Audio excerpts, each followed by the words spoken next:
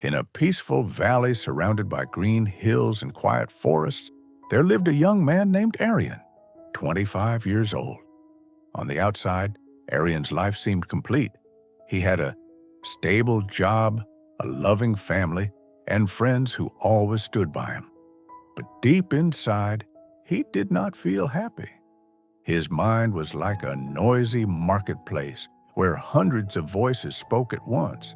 He thought about the past, worried about the future, feared, regretted, dreamed.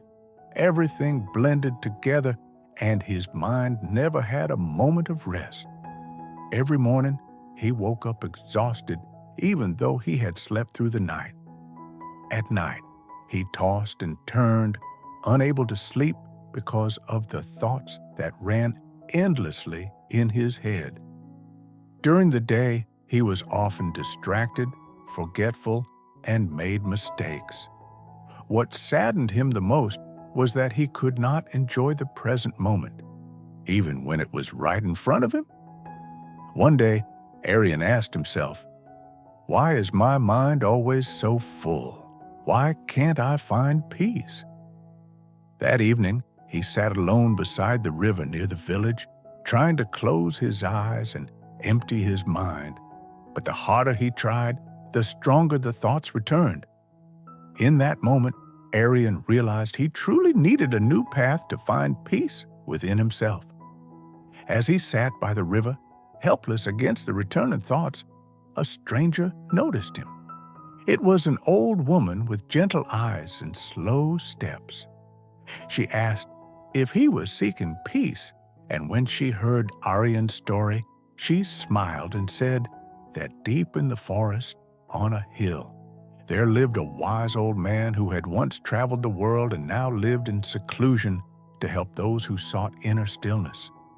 Hope lit up inside Aryan, and the next morning he set off. The journey took 2 days. He crossed meadows, walked past small streams, and climbed steep slopes. Though his legs ached and his body felt exhausted, he kept going, believing he was close to finding answers. Finally, he reached a wooden hut beneath a large tree. There, the old man was meditating, breathing softly. When he opened his eyes, he said he had heard Aryan from afar, not with his ears, but through the noise inside Aryan's mind. Listening to Aryan speak, the old man led him behind the house, where there was a small pond. He told Aryan to throw a stone into it. The surface immediately rippled. The old man explained that the human mind is like that pond. The more stones of thought we throw in, the harder it is to stay calm. We cannot stop thoughts from appearing, but we can choose not to chase them, to let them come and go naturally, like ripples that eventually settle. After learning the lesson of the pond, Aryan asked for more guidance. The old man did not answer immediately. Instead, he handed Aryan a glass of water filled to the brim and told him to walk along the forest edge and return without spilling a single drop. Aryan felt nervous, but nodded. The path was filled with bird song, butterflies fluttering, children laughing, and dogs barking. But Aryan paid attention to none of it. His mind focused only on the trembling glass in his hands, carefully placing each step to avoid spilling it. After a long while, he returned, proud that not a single drop had fallen.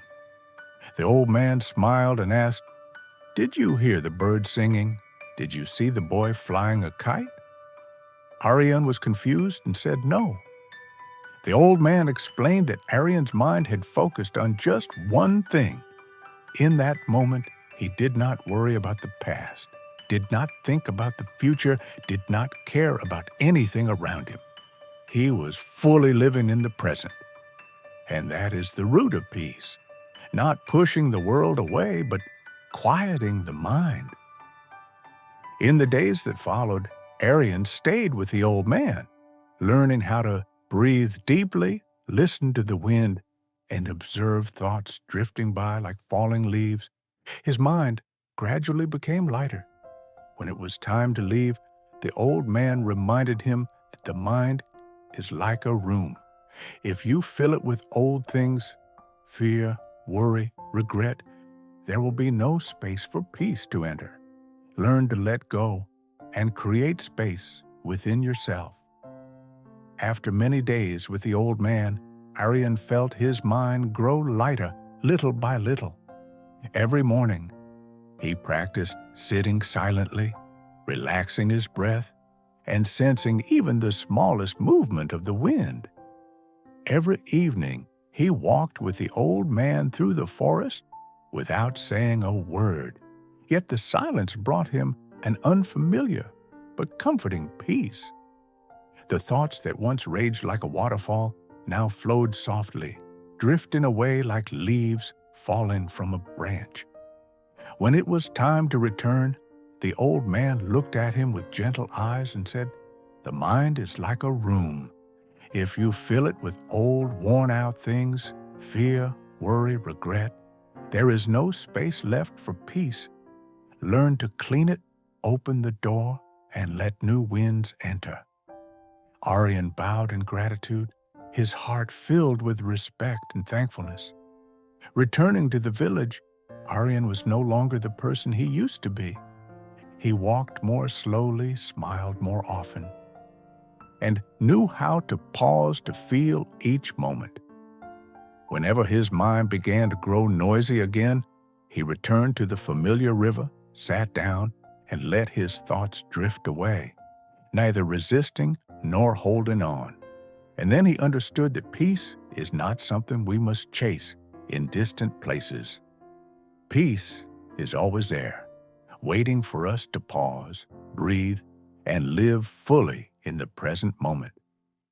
When Aryan returned to his daily life with a lighter mind, the story also opened with a message for all of us. Many people are like Aryan, carrying too many thoughts, worries, and invisible pressures. A mind full of noise makes us forget the simplicity and beauty of the present moment.